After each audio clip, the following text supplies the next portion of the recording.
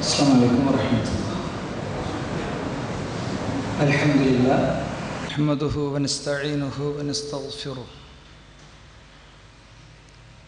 ونتوكل عليه ونعوذ بالله من شرور أنفسنا ومن سيئات أعمالنا.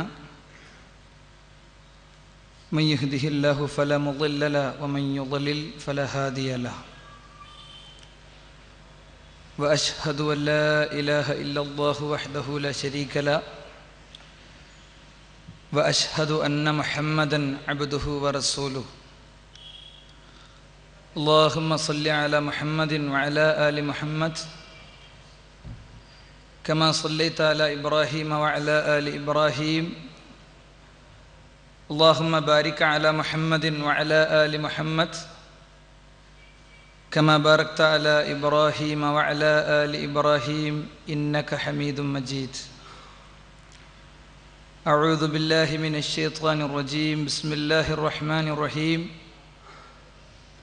قل هذه سبيلي أدعو إلى الله على بصيرة أنا ومن اتبعني فسبحان الله وما أنا من المشركين.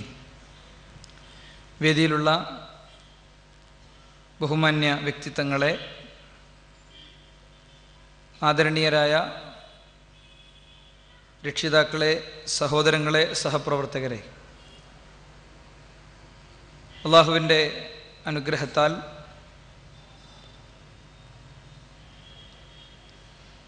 അവനേറ്റവും തൃപ്തിപ്പെട്ട, അവനേറ്റവും ഇഷ്ടപ്പെട്ട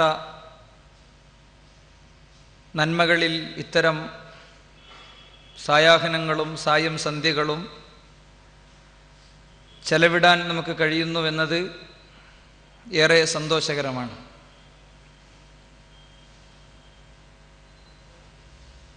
മനഃശാന്തിക്കു വേണ്ടി, മാനസിക ഉല്ലാസത്തിനു വേണ്ടി ആളുകൾ വ്യത്യസ്ത വഴികൾ തിരഞ്ഞെടുക്കുമ്പോൾ നമ്മുടെ സന്തോഷവും നമ്മുടെ ഉല്ലാസവും നമ്മുടെ ഉത്സവവും നമ്മുടെ ആഘോഷവുമൊക്കെ ഇത്തരം സദസ്സുകളിൽ ഇരിക്കുമ്പോഴാണ്. ചരട് കെട്ടിയ കേരളം എന്ന തികച്ചും വ്യത്യസ്തമായൊരു ടൈറ്റിലിൽ നിന്നുകൊണ്ട് വേറിട്ട ഒരു പരിപാടിയെ സംബന്ധിച്ച് ISM നടത്തുന്ന ഒരു എളിയ ശ്രമത്തിൻ്റെ ആദ്യപാതി പിന്നിട്ട ഒരു സന്ദർഭത്തിലാണ് നമ്മളിവിടെ എത്തി നിൽക്കുന്നത്. യഥാർത്ഥത്തിൽ നമ്മുടെ കൂട്ടായ്മ ആശയപരമായും സംഘടനാപരമായും നാം പാലിക്കുന്ന പക്വതയുടെയും പ്രാമാണികതയുടെയും തലത്തിൽ നിന്നുകൊണ്ടുള്ള ചർച്ചകളിൽ രൂപപ്പെടുന്ന വളരെ ശക്തമായ ഒരു അജണ്ടയാണ് യഥാർത്ഥത്തിൽ ഇത്തരം ഒരു പരിപാടിക്ക് പിന്നിൽ എന്നത് നിങ്ങൾ മനസ്സിലാക്കി കഴിഞ്ഞിട്ടുണ്ടാകും എന്നാണ് ഞാൻ മനസ്സിലാക്കുന്നത്. സമൂഹത്തെ ഗ്രസിക്കുന്ന വ്യത്യസ്തമായ പ്രശ്നങ്ങളെ ഓരോന്നിനെയും നേരിട്ട് സ്പർശിച്ചുകൊണ്ടും അവയിലൂടെ കടന്നുപോയി അള്ളാഹുവിനെയും അവൻ്റെ ആസ്തിക്യത്തെയും അള്ളാഹുവിനെയും അവൻ്റെ അധികാര ശക്തികളെയും അടിമകളുടെ യഥാർത്ഥ ഉടമ അവനാണ് എന്ന ബോധത്തെയും സന്നിവേശിപ്പിക്കുന്ന വിവിധങ്ങളായ പദ്ധതികളും പരിപാടികളും നമ്മൾ ആലോചിക്കുന്നുണ്ട്. ആ ആലോചനയുടെ ഭാഗമാണ് യഥാർത്ഥത്തിൽ ഈ ശ്രമം, ഈ സംരംഭം. ഞാനിവിടെ ചില സ്ലൈഡുകളിലൂടെ കടന്നു പോകാനാണ് ആഗ്രഹിക്കുന്നത്. ഓൺലൈനിൽ എന്നെ ശ്രവിക്കുന്ന സുഹൃത്തുക്കൾക്ക് എത്രത്തോളം ഈ ടോക്ക് ഫലപ്രദമാകുമെന്നതിൽ എന്നെ സംബന്ധിച്ചിടത്തോളം ചെറിയ ആശങ്കകളുണ്ട്. തികച്ചും വ്യത്യസ്തമായി നമ്മൾ ചെയ്യുന്ന, അല്ലെങ്കിൽ വ്യക്തിപരമായി ഞാൻ ചെയ്യുന്ന ആദ്യത്തെ ഒരു ശ്രമം എന്ന നിലക്ക് ഒരിത്തിരി ആശങ്കയും ഉണ്ട്. ഏതാണെങ്കിലും അള്ളാഹു നമ്മിൽ നിന്നും ഇത്തരം നല്ല ശ്രമങ്ങളെ റബ്ബ് സ്വീകരിക്കുകയും അതിൻ്റെ ഫലപ്രാപ്തിയെ റബ്ബ് പ്രദാനം ചെയ്യുകയും ചെയ്യുമാറാകട്ടെ. ഡയോരിജിനീസ് എന്ന പേരിൽ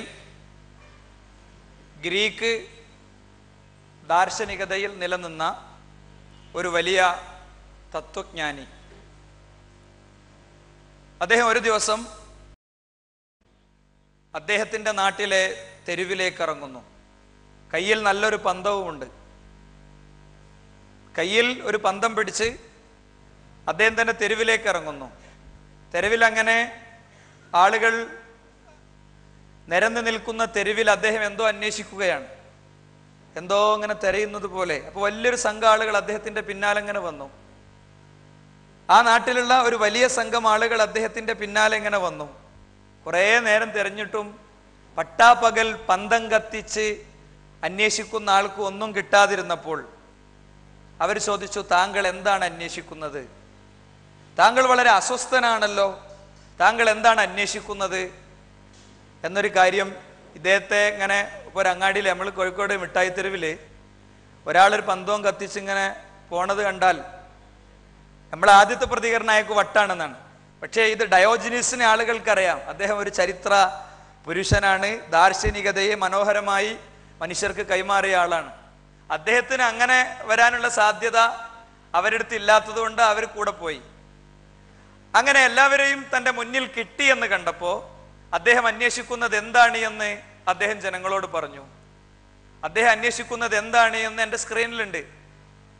ഞാൻ അന്വേഷിക്കുന്നത് മനുഷ്യനെയാണ്. ഞാൻ അന്വേഷിക്കുന്നത് മനുഷ്യനെയാണ്. എന്തുകൊണ്ട് ഞാൻ മനുഷ്യനെ അന്വേഷിക്കുന്നു? മനുഷ്യനെ അന്വേഷിക്കാൻ പല കാരണങ്ങളുണ്ട്. മനുഷ്യൻ നിലനിൽക്കുന്ന, മനുഷ്യൻ അവൻ്റെ ജീവിതാരംഭം മുതൽക്ക് തന്നെ നിലനിന്നിടത്ത് അവൻ്റെ സമൂഹത്തിലെ, അവൻ ജീവിക്കുന്ന സമൂഹത്തിലെ മറ്റു സൃഷ്ടിജാലങ്ങളും അവനും തമ്മിൽ ഉള്ള അന്തരം വിവേകവും ബുദ്ധിയും തിരിച്ചറിവും കാഴ്ചപ്പാടുമൊക്കെയാണെങ്കിൽ, വിവേകം, ബുദ്ധി, തിരിച്ചറിവ്, കാഴ്ചപ്പാട് ഇവയൊന്നുമില്ലാത്ത അവൻ്റെ സമൂഹത്തിലെ നാക്കാലിയും അവൻ്റെ സമൂഹത്തിലെ ഇതര ജീവജാലങ്ങളോ ഒന്നും ചെയ്യാത്ത പലതും അവൻ ചെയ്തുകൊണ്ടിരിക്കുന്നു. അത് കണ്ടപ്പോഴാണ് ഗ്രീക്ക് ഫിലോസഫർ ഡയോജനീസ്, അദ്ദേഹം ഇവിടെ മനുഷ്യന്മാരെ ഞാൻ കാണുന്നില്ല, ഇവിടെ ഞാൻ വേറെ പലതിനെയും കാണുന്നുണ്ട്, നിങ്ങളാരും മനുഷ്യന്മാരല്ല, എനിക്ക് മനുഷ്യനെ കാണണം എന്ന് അദ്ദേഹത്തിന് പറയേണ്ടി വന്നത്. ഈ അടുത്ത സമയത്ത് പുറത്തു വന്നൊരു വീഡിയോ ഉണ്ട്. അതായത് എയർപോർട്ടിൽ 6 മണിക്കൂർ സമയത്ത് ഫ്ലൈറ്റ് യാത്ര പൂർത്തിയാക്കിയ ഒരു പാകിസ്ഥാൻകാരി അവരുടെ തോളിൽ ഒരു കുഞ്ഞിനെ ഇട്ടിരിക്കുന്നു. എയർ ഹോസ്റ്റസ് ശ്രദ്ധിച്ചു, 6 മണിക്കൂറിന്റെ ഇടയ്ക്ക് ഒരു നിമിഷം പോലും ഈ കുഞ്ഞ് ചലിച്ചിട്ടില്ല, ഈ കുഞ്ഞ് അനങ്ങിയിട്ടില്ല. അത് നോട്ട് ചെയ്ത് അവര് എയർപോർട്ടിലുള്ള ആളുകൾക്ക് ഇതിന്റെ പ്രത്യേകമായ നിർദ്ദേശം നൽകി. എയർപോർട്ടിലുള്ള ഉദ്യോഗസ്ഥർ ആ കുഞ്ഞിനെ അവരെടുത്തുനിന്ന് വാങ്ങി ടേബിളിൽ കിടത്തി. ആ കുഞ്ഞിന്റെ ഷർട്ട് അഴിച്ചു നോക്കുമ്പോൾ വയറിന്റെ ഒത്ത നടുക്ക് കാണുന്നു ഒരു പ്രത്യേകമായ തുന്നൽ. ആ തുന്നൽ അഴിച്ച് അതിൻ്റെ ഉള്ളിൽ നിന്ന് അവരിങ്ങനെ മയക്കുമരുന്ന് പുറത്തെടുക്കുന്ന ചിത്രം നമുക്ക് കാണാൻ സാധിക്കും, വീഡിയോ നമുക്ക് കാണാൻ സാധിക്കും.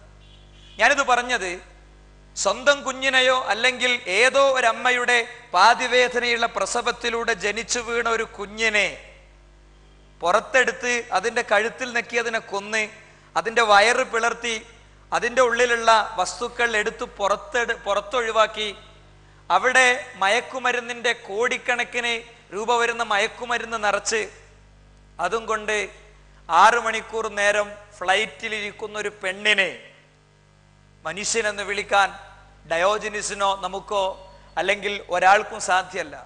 മനുഷ്യർ മാനസികാവസ്ഥ അതാണ്. പ്രസവത്തിന്റെ വേദന അറിഞ്ഞവളാണോ അവൾ, അല്ലേ എന്നറിയില്ല. പക്ഷേ ആ കുഞ്ഞിനെ കൊല്ലുമ്പോഴും അവന്റെ നെഞ്ച് പിളർത്തുമ്പോഴുമൊക്കെ അവന്റെ ഉള്ളിൽ നിന്ന് വന്ന ആർത്തനാദങ്ങൾക്ക് ഈ ആകാശത്തിന്റെ നീലിമയെയും ആകാശത്തെയും പിളർത്താനുള്ള ശക്തമായ സ്വാധീനമുണ്ട് അല്ലെങ്കിൽ കഴിവുണ്ട് എന്ന് വേണമെങ്കിൽ ഒരു അർത്ഥത്തിൽ നമുക്ക് പറയാം. ആ കുട്ടിക്ക് അങ്ങനെ കരയാനുള്ള ഒരു അവകാശം, ഒരു കഴിവ്, ഒരു ശേഷി ഉണ്ടായിരുന്നെങ്കിൽ അങ്ങനെ കരയേണ്ടതായിരുന്നു, അല്ലേ?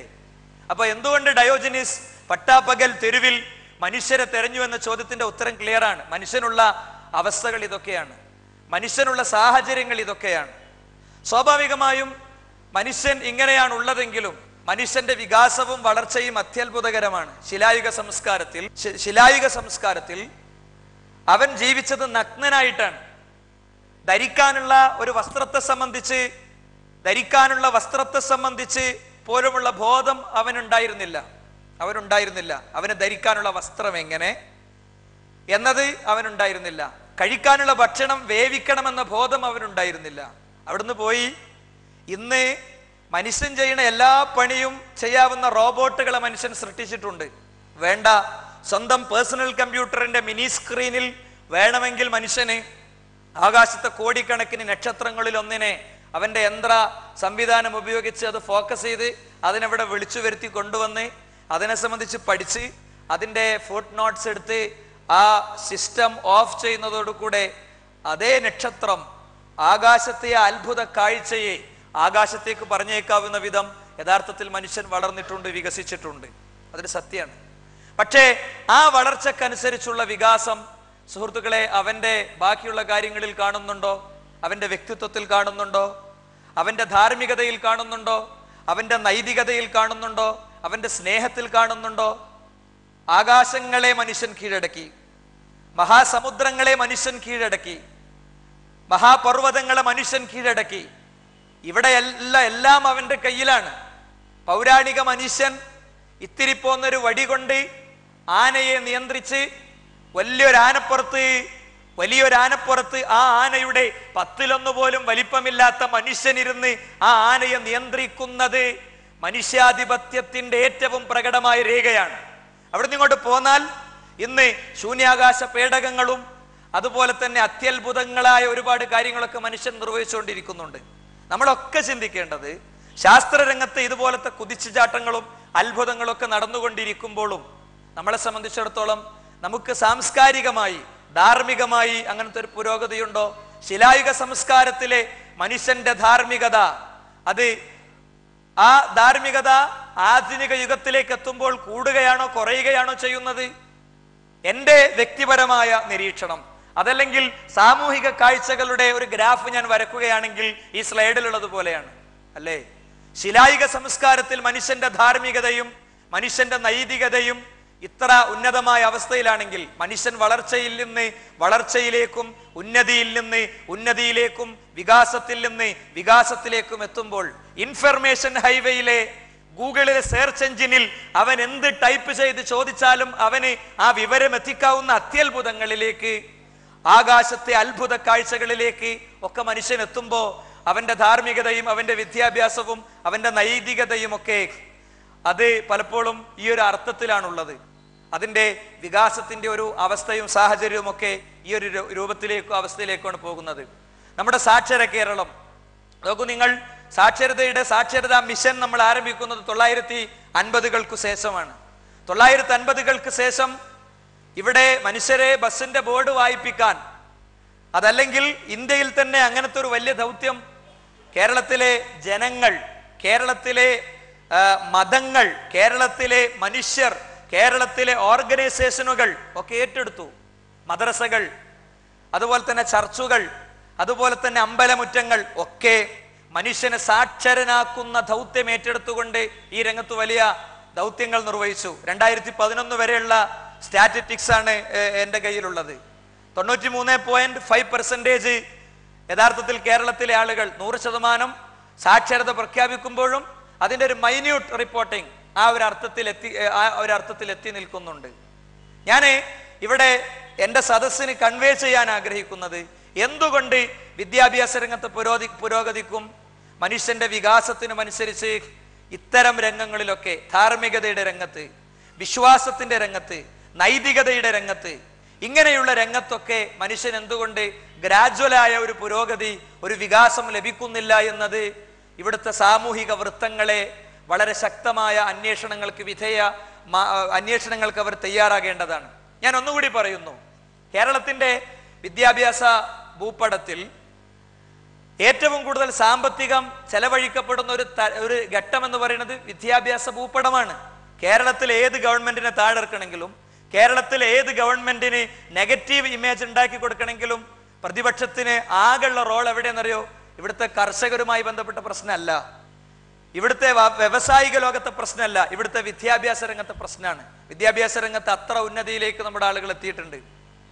ഇന്ന് ജനിക്കുന്ന കുഞ്ഞിനു വേണ്ടി, ഇന്നവൻ ജനിക്കുന്നു, ഇന്ന് 18-ാം തീയതി ഏപ്രിൽ 18, ഈ വർഷത്തിൽ നിന്ന് അവൻ എൻട്രൻസ് കഴിഞ്ഞ് അവന് ഒരു മെഡിക്കൽ കോളേജിൽ അഡ്മിഷൻ വാങ്ങേണ്ടുന്ന ഡേറ്റ് കാൽക്കുലേറ്റ് ചെയ്ത് ആ ഡേറ്റിൽ അവന് അവിടെ അഡ്മിഷൻ കിട്ടാൻ വേണ്ട സീറ്റ് ബുക്ക് ചെയ്ത് അന്നത്തെ ആ സീറ്റിന്റെ വാല്യൂ നിർണയിച്ച്, വില നിർണയിച്ച് അവന് വേണ്ടി സീറ്റ് വാങ്ങിക്കാൻ, അതിനുവേണ്ടി മാനേജറെ പോയി കാണാൻ, അവന് പേരിടുന്നതിന്റെ മുമ്പ് മാനേജറെ പോയി കാണാനുള്ള മാനസികാവസ്ഥ എല്ലാ മതങ്ങളിലുമുള്ള, വിശേഷിച്ച് മുസ്ലിം കമ്മ്യൂണിറ്റിയിലുള്ള രക്ഷിതാക്കൾക്ക് യഥാർത്ഥത്തിൽ ഇന്ന് എത്തിപ്പെട്ടിട്ടുണ്ട്.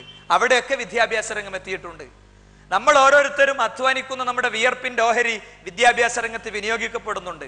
പക്ഷേ വളരെ ഗൗരവത്തിൽ അക്കാഡമിക ബോഡികളും അതേപോലെ തന്നെ അല്ലാത്തവരുമൊക്കെ ആലോചിക്കേണ്ടത്, എന്നിട്ട് എന്തുകൊണ്ട് വളരെ ശക്തമായൊരു വളർച്ച ഈ രംഗത്തൊന്നും കാണുന്നില്ല?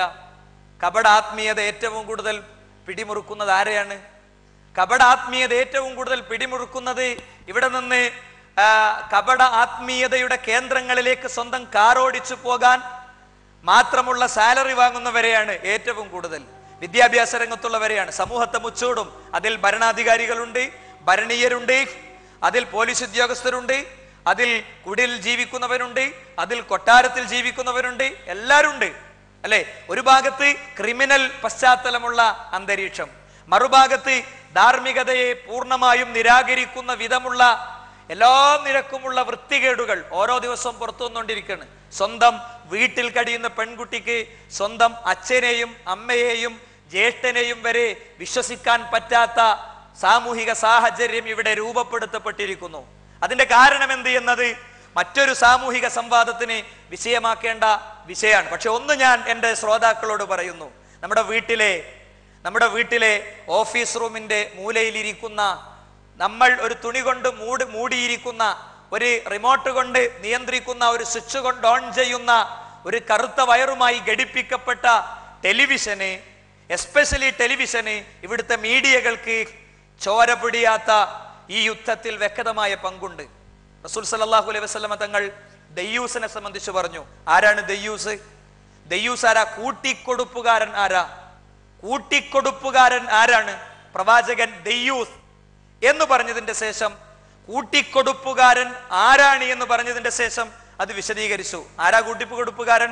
കേരളം തന്നെ കണ്ടതുപോലെ സ്വന്തം മകളെ വണ്ടിയിൽ കയറ്റി ഒരു കേരളത്തിലുള്ള ഏതെങ്കിലും ഒരു ടൂറിസ്റ്റ് കേന്ദ്രത്തിലെ എയർ കണ്ടീഷൻ ചെയ്ത റൂമിലേക്ക് അവളെ കാത്തിരിക്കുന്ന ഒരു തമ്മാടിയുടെ കൈകളിലേക്ക് അവളെ ഏൽപ്പിച്ച് ക്യാഷ് വാങ്ങി തിരിച്ചു പോകുന്ന അച്ഛൻ മാത്രമാണോ ഇവിടുത്തെ കൂട്ടിക്കൊടുപ്പുകാരൻ? അല്ല. റസൂൽ സല്ലല്ലാഹു അലൈഹി വസല്ലം തങ്ങൾ പറഞ്ഞു, അല്ലദീ യുഖിറു ഫീ അഹ്ലിഹി അൽ ഖബസ് ഔ കമാ ഖാല റസൂലുള്ളാഹ്. എന്താ? സ്വന്തം വീട്ടിൽ തിന്മകൾ, അധർമ്മങ്ങൾ, അക്രമങ്ങൾ, വേണ്ടായികകൾ അത് നിലനിർത്തുന്നവൻ ഈ പണിയെടുക്കുന്നവനാണ്. എൻ്റെ വിഷയമല്ല, പക്ഷെ ഞാൻ അത് സ്പെസിഫൈ ചെയ്തു പോവുകയാണ് ഇത്രയും കാര്യങ്ങൾ പറഞ്ഞ സ്ഥിതിക്ക്. എന്താ അറിയോ, യഥാർത്ഥത്തിൽ ചാനലുകളിലൂടെ വരുന്നതും ചാനലുകളിലൂടെ കാണുന്നതും ചാനലുകളിലൂടെ മനുഷ്യന്റെ മസ്തിഷ്കത്തിലേക്ക് അടിച്ച് കയറ്റപ്പെടുന്നതുമായ കാര്യങ്ങൾ അവന്റെ വികാരങ്ങളെയും അവന്റെ വിചാരങ്ങളെയും ഇക്കിളിപ്പെടുത്തി അവനെ വ്യഭിചാരിയാക്കുന്ന, അവനെ കൊലപാതകയാക്കുന്ന, അവനെ അക്രമിയാക്കുന്ന, അവനെ തെമ്മാടിയാക്കുന്ന, അവനെ അധർമ്മിയാക്കുന്ന കാര്യങ്ങളാണ്. ഏറ്റവും ചെറിയ ലെവലിലുള്ള കുട്ടികൾ, ഇന്നത്തെ ഈ രംഗത്ത് ഇപ്പൊ സ്കൂളിലൊക്കെ വർക്ക് ചെയ്യുന്ന അധ്യാപകരെ സംബന്ധിച്ചിടത്തോളം അവർ പഠിച്ചാൽ അവർക്ക് മനസ്സിലാകും. ചെറിയ കുട്ടികൾ പോലും ഇന്ന് എത്തി നിൽക്കുന്നത് പണ്ടത്തേതെന്താ, കണ്ണുകൊണ്ടൊരു ഒന്ന് ഇറുമ്മി സ്വന്തം മനസ്സിലെ പ്രണയം മറ്റേ കുട്ടിനെ അറിയിക്കുന്നത് PDC കഴിഞ്ഞ് PG ചേരുമ്പോഴാ. ഇന്നുള്ളത് 5ാം ക്ലാസ്സിലെ കുട്ടി ഇന്റർകോഴ്സസിന്റെ അവസരങ്ങൾ തേടുന്നിടത്താണുള്ളത്. സെക്സൽ ഇന്റർകോഴ്സസിന് 5ാം ക്ലാസ്സിൽ നിന്ന് അവസരം തേടുന്നിടത്താണ്, അതിന് റിക്വസ്റ്റ് ചെയ്യുന്നിടത്താണുള്ളത്. അത് നമ്മൾ വേറെ ഒരു അർത്ഥത്തിൽ, വേറെ ഒരു തലത്തിൽ ശക്തമായ പഠനങ്ങൾക്ക് വിധേയമാക്കേണ്ടതാണ്. ഞാൻ ഇതൊക്കെ പറഞ്ഞ എന്തിനാറ്, ഇവിടുത്തെ ക്രിമിനൽ പശ്ചാത്തലം, കൊലപാതകങ്ങൾ, അക്രമങ്ങൾ, സ്വന്തം കുഞ്ഞിനെയും ഭാര്യയെയും സ്വന്തം മക്കളെയും ഭാര്യയെയും അവർക്ക് ഉടുപ്പ് വാങ്ങിക്കൊടുത്ത് അവരെ സന്തോഷിപ്പിച്ച് ശേഷം ഒഴുകുന്ന പുഴയിലേക്ക് തള്ളിയിട്ട് അവരാ പുഴയിൽ മുങ്ങി പൊങ്ങുമ്പോൾ ഉപ്പച്ചയെ എന്നെ രക്ഷിക്കൂ എന്ന് ആ പുഴയിൽ നിന്ന് ആ കുഞ്ഞ് ആർത്ത് വിളിക്കുമ്പോൾ മനസ്സിൽ ഒരു പോറൽ പോലും ഏൽക്കാതെ അവർ മരിച്ചു എന്ന് ഉറപ്പുവരുത്തി ആ മണൽത്തിട്ടകളിൽ നിന്ന് നടന്നു നീങ്ങി അപകടത്തിൽപ്പെട്ട സ്വന്തം ബൈക്കിന്റെയും മക്കളുടെയും കാര്യം പോലീസ് സ്റ്റേഷനിൽ റിപ്പോർട്ട് ചെയ്ത് രക്ഷപ്പെടാനുള്ള എല്ലാ വഴിയും ഒരുക്കുന്ന ഒരാൾ ചെയ്യുന്ന ചെയ്തിയെ നിങ്ങൾ എത്ര മോശമായി കാണുന്നുവോ? അതല്ലെങ്കിൽ വഴിയോരത്ത് കണ്ട പാവപ്പെട്ട ഒരു പെൺകുട്ടിയെ തന്റെ ഇന്നോവ വാനിലേക്ക് വലിച്ചു കയറ്റി തന്റെ പേരക്കുട്ടിയുടെ പ്രായമുള്ള കുഞ്ഞിന്റെ കഴുത്തിൽ തള്ളാംവിരൽ കൊണ്ട് അമർത്തി അവളെ കൊന്ന് തന്റെ ലൈംഗിക വൃത്തി പൂർത്തീകരിച്ച് അവളെ ഓടയിൽ എറിഞ്ഞ പോലീസ് ഉദ്യോഗസ്ഥന്റെ കാര്യം നിങ്ങൾ എത്ര മോശമായി, എത്ര ക്രൂരമായി കാണുന്നുവോ? അതിലേറെ വൈകൃതങ്ങൾ നിറഞ്ഞൊരു ഏരിയയാണ് യഥാർത്ഥത്തിൽ ഇന്നത്തെ ഇവിടുത്തെ ആത്മീയതയുമായി ബന്ധപ്പെട്ട രംഗം. ഇവിടെ 2-3 ആംഗിളുകളുണ്ട്, 2-3 തലങ്ങളുണ്ട്. ഒന്ന് നിരീശ്വരവാദം, ദൈവം തന്നെ ഇല്ല എന്ന് പറയുന്നൊരു വാദം, ദൈവം തന്നെ ഇല്ല എന്ന ദൈവനിരാസം. എല്ലാ ദൈവനിരാസത്തിന്റെയും ആളുകൾ ദൈവനിരാസം അവരുടെ ഒരു ഏറ്റവും വലിയ ക്രൈസിസിന്റെ ഏറ്റവും വലിയൊരു പ്രതിസന്ധിയുടെ നേരത്തെ അവരൊക്കെ അംഗീകരിച്ചിട്ടുണ്ട് അല്ലെ? ഏറ്റവും വലിയ പ്രതിസന്ധിയുടെ രംഗത്ത് പിന്നെ രണ്ടാം ലോക മഹായുദ്ധത്തിന്റെ അവസാനത്തെ അറ്റംപ്റ്റ് പ്ലാൻ ചെയ്യുമ്പോൾ, ശ്രമങ്ങൾ പ്ലാൻ ചെയ്യുമ്പോൾ അതിന്റെ അടിയിൽ ആ പദ്ധതിക്ക് കൗണ്ടർ സൈൻ ചെയ്ത് അത് അംഗീകരിച്ചുകൊണ്ട് ആ സംഗതി സൈനികന്മാർക്ക് കൈമാറുമ്പോൾ നിങ്ങളുടെ പദ്ധതി അംഗീകരിക്കുന്നു, 2 മഹാരാഷ്ട്രങ്ങൾക്ക് മുകളിൽ നിങ്ങൾക്ക് എന്ത് ചെയ്യാം, അറ്റോമിക് ബോംബുകളും ഹൈഡ്രജൻ ബോംബുകളും ഒക്കെ എറിയാം എന്ന അംഗീകാരം നൽകുമ്പോൾ അവിടെ ദൈവനിരാസത്തിന്റെ പേരിൽ പ്രസിദ്ധനായ ആ രാഷ്ട്രത്തിന്റെ ഭരണാധികാരി പറഞ്ഞത് God may bless this plan എന്നാണ്. ഈ പദ്ധതിയെ ദൈവം അനുഗ്രഹിക്കട്ടെ എന്നാണ്. ദൈവനിരാസാണ് അയാളുടെ അജണ്ട. പക്ഷേ ഒരു പ്രത്യേക സ്റ്റേജിൽ അവർ ദൈവത്തെ അംഗീകരിക്കുന്നുണ്ട്. പരസ്യ ജീവിതത്തിൽ ദൈവത്തെ നിഷേധിച്ച്, ദൈവത്തെ ചീത്ത വിളിച്ച്, അള്ളാഹുവിനെ തെറിവിളിച്ച് രംഗത്ത് വരുന്നുണ്ടെങ്കിൽ പോലും വളരെ സ്വകാര്യമായ ജീവിതത്തിൽ അവർക്ക് അംഗീകരിക്കേണ്ടി വരുന്നുണ്ട്. അതുകൊണ്ട് തന്നെ ഞാൻ പറയുന്നു, ദൈവനിരാസത്തെക്കാളും ഏറ്റവും അപകടം കപടാത്മീയതയാണ്. അതിന്റെ അർത്ഥം ദൈവനിരാസം അപകടമല്ല എന്നല്ല. ദൈവനിരാസം പോയാൽ പോകണിനൊരു അതിർത്തിയുണ്ട്. കപടാത്മീയത പോയാൽ പോകുന്നതിന്റെ അതിർവരമ്പുകളും അതിർത്തികളും സുഹൃത്തുക്കളെ നമുക്ക് നിർവചിക്കുക സാധ്യമല്ല. അത്രമാത്രം ഈ രംഗത്ത് നമ്മൾ വായിക്കുമ്പോൾ മനസ്സിലാകും. ഇന്ത്യൻ തെരുവ് മുതൽ ഞാനൊരു ഇക്വേഷൻ പറയണം നിങ്ങൾക്ക് വിഷയം മനസ്സിലാകാനും പ്രശ്നങ്ങളെ സംബന്ധിച്ച അവതരണത്തിൽ നിന്ന് പരിഹാരത്തിലേക്ക് എനിക്ക് വേഗം പോകാനും വേണ്ടി. ഇന്ത്യയിലെ റോഡ് സൈഡിൽ ഒരു പഞ്ചർ കട മുതൽക്ക് അല്ലെങ്കിൽ ഒരു വണ്ടിയോ ലോറിയോ ഒക്കെ നാശമായാൽ ആ വണ്ടിയും ലോറിയൊക്കെ അതിന്റെ ഗിയറും അതിന്റെ ബാക്കിയുള്ള സംഗതികളൊക്കെ ശരിയാക്കി കൊടുക്കുന്ന ഒരു ടയറിന് പഞ്ചർ അടക്കുന്ന പഞ്ചർ കട മുതൽക്ക് ഇന്ത്യയിലെ ഏറ്റവും വലിയ ശാസ്ത്ര ഗവേഷണത്തിന്റെ കേന്ദ്രമായി അറിയപ്പെടുന്ന തുമ്പയിലെ ബാബ അറ്റോമിക് സെന്റർ, ഇവിടുത്തെ നമ്മുടെ പര്യവേഷണങ്ങളും റോക്കറ്റ് വിക്ഷേപണങ്ങളും ഉപഗ്രഹങ്ങളെ സംബന്ധിച്ച പഠനങ്ങളും ഒക്കെയുള്ള അവിടം വരെ ഏറ്റവും വലിയ കപടാത്മീയതയുടെയും ഏറ്റവും വലിയ നൂലിന്റെയും ചരടിന്റെയും ഏലസുകളുടെയും മന്ത്രങ്ങളുടെയും ഇത്തരം കാപട്യങ്ങളുടെയും ചൂഷണങ്ങളുടെയും കേന്ദ്രമാണ്. ഇതിന്റെ ആഴം ISM ഇതേപോലത്തെ ഒരു പ്രമേയം തെരഞ്ഞെടുക്കുമ്പോൾ നൂലുകെട്ടിയ കേരളം എന്ന വ്യത്യസ്തമായൊരു ടൈറ്റിൽ തെരഞ്ഞെടുക്കുമ്പോൾ കപട ആത്മീയതയുടെ കള്ളക്കച്ചവടങ്ങളുടെ കരിഞ്ചന്തയുടെ ഈ നൂൽബന്ധങ്ങളിൽ നിങ്ങൾ വിചാരിക്കേണ്ട ഏതെങ്കിലുമൊക്കെ 90-ലെത്തിയ പാവപ്പെട്ട വൃദ്ധകളും അതേപോലെ തന്നെ ജീവിതത്തിൽ വേറെ അത്താണികളൊന്നും ഇല്ലാത്ത ആളുകളുമാണ് ഇതിന്റെ ഏറ്റവും വലിയ ഇരകൾ എന്നത്. ഈ ചരട് ഒരിക്കലും പൊട്ടിക്കാൻ പറ്റാത്ത ചരടാണ്. ഈ ചരട്, ഈ ശംഖ്, ഈ തകിട്, ഈ ഏലസ്, ഈ ഐക്കല്ല്, ഈ ഉറുക്ക്, സുഹൃത്തുക്കളെ, ഇതൊരിക്കലും ബ്രേക്ക് ചെയ്യാൻ പറ്റാത്ത സംഗതിയാണ്. നിങ്ങൾക്ക് ഹിമാലയ പർവ്വതത്തെ പിളർത്താൻ സാധിക്കും. നിങ്ങൾക്ക് ഹിമാലയ പർവ്വതത്തെ അതിനുവേണ്ട യന്ത്ര സംവിധാനങ്ങൾ കൊണ്ട് പിളർത്താൻ സാധിക്കും. നിങ്ങൾക്ക് ചൈന വൻമതിലിനെ വേണമെങ്കിൽ 2ആയി പിളർത്താൻ സാധിക്കും. പക്ഷേ നൂല് കെട്ടുന്ന മനസ്സ്, ഏലസ് കെട്ടുന്ന മനസ്സ്, ഐക്കല്ല് കെട്ടുന്ന മനസ്സ്, ശംഖ് ഉപയോഗിക്കുന്ന മനസ്സ്, തകിട് വരക്കുന്ന മനസ്സ്, മഷി നോക്കുന്ന മനസ്സ്, അതിൻ്റെയും അപ്പുറത്ത് അടുപ്പിൽ കുഴിച്ചിടുന്ന മനസ്സ്, അതേപോലെ തന്നെ തങ്ങളും ബീവിയും സന്യാസിയും പുണ്യാത്മാവും വാഴ്ത്തപ്പെട്ടവരുമൊക്കെ അവരുടെ കേന്ദ്രങ്ങളിൽ നിന്ന് ജപിച്ച് തപിച്ച് അവർ മന്ത്രിച്ച് കൈകളിൽ ഏൽപ്പിക്കുന്ന വസ്തുക്കൾ, അത് വീടിന്റെ 4 ഭാഗത്തും കൊണ്ടുവന്ന് കുഴിച്ചിടുന്ന മനസ്സ്, അതിനെ നിങ്ങൾക്ക് ബ്രേക്ക് ചെയ്യാൻ പറ്റൂല. അതിനെ നിങ്ങൾക്ക് ഒരു യന്ത്രം കൊണ്ടും അതിൽ നിന്ന് പിന്തിരിപ്പിക്കാൻ പറ്റില്ല. അവൻ വലിയ ബുദ്ധിജീവിയാണ്. അതാ ഞാൻ പറഞ്ഞത്, ഒരു പഞ്ചർ കട മുതൽക്ക്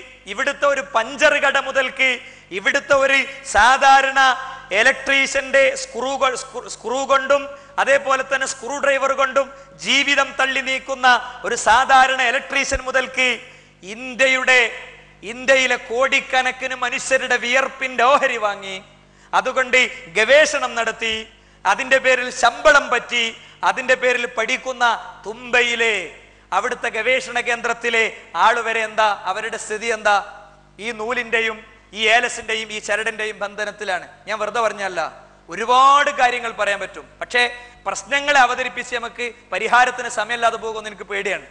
ഞാൻ ഏറ്റവും പുതിയത് നിങ്ങൾക്ക് കാണിച്ചു തരാം. ഏറ്റവും പുതിയത് മംഗളയാൻ. എന്താ മംഗളയാൻ എന്ന് പറഞ്ഞ? മംഗളകരമായ യാത്ര.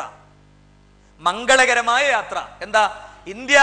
ഇന്ത്യയുടെ ശാസ്ത്രത്തെ നിരീക്ഷിക്കുന്ന ആളുകൾ ഇന്ന് ഏറ്റവും വലിയ ആവേശത്തിലാണ്. ഇൻസാറ്റും അല്ലാത്തതൊക്കെ ഇന്ത്യക്ക് ചെയ്ത സേവനങ്ങൾ, ഇവിടുത്തെ കാലാവസ്ഥാ നിർണയത്തിൽ, കൃഷിയുടെ കാര്യത്തിൽ, പ്രതിരോധത്തിന്റെ കാര്യത്തിൽ, നൂറുകണക്കിന് വിഷയങ്ങളിൽ ആകാശത്തിന്റെ മറയില്ലാത്ത കാഴ്ചകൾ, ആരെ എങ്ങനെ എപ്പോഴും ഫോളോ ചെയ്യാവുന്ന അത്ഭുതകരമായ കാഴ്ചകൾ, അതിങ്ങനെ ഇവിടെ ഇരുന്ന് ഒരു 24 ഇഞ്ച് സ്ക്രീനിലിരുന്ന് എല്ലാം കാണാൻ വേണ്ടി നമ്മൾ പണ്ട് വിട്ടതിന്റെ ഏറ്റവും അപ്ഡേറ്റഡ് ആയ പുതിയ ഒന്നാണ് മംഗളയാൻ. മംഗളകരമായ യാത്ര, ശുഭയാത്ര നേർന്നുകൊണ്ട് സ്വിച്ച് ഓൺ ചെയ്യുന്ന ഒരു റോക്കറ്റ്. ഈ റോക്കറ്റ് എത്തിക്കേണ്ട ഉപഗ്രഹം അത് വിട്ടതിന്റെ ആഘോഷത്തിലും ആവേശത്തിലും ഉത്സവത്തിലുമാണ് യഥാർത്ഥത്തിൽ ഇന്ത്യൻ ശാസ്ത്രലോകം. പക്ഷേ നമ്മൾ മനസ്സിലാക്കേണ്ട കാര്യം എന്താ അറിയോ? ഈ മംഗളയാൻ വിടുന്നിടത്ത് ഇതിന് ചില വിഘ്നങ്ങൾ ഉണ്ടായി. അതായത് ആത്മീയ ലോകത്തെ ചില പ്രയോഗങ്ങളാണ്. മനസ്സിലായില്ലേ?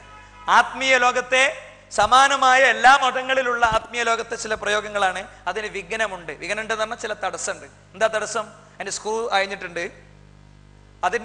അത് വിടുന്നിടത്ത് കാലാവസ്ഥന്റെ ഇതിൽ പ്രശ്നമുണ്ട്, ടെമ്പറേച്ചറിന്റെ വ്യത്യാസമുണ്ട്. ഇതാണോ പ്രശ്നം?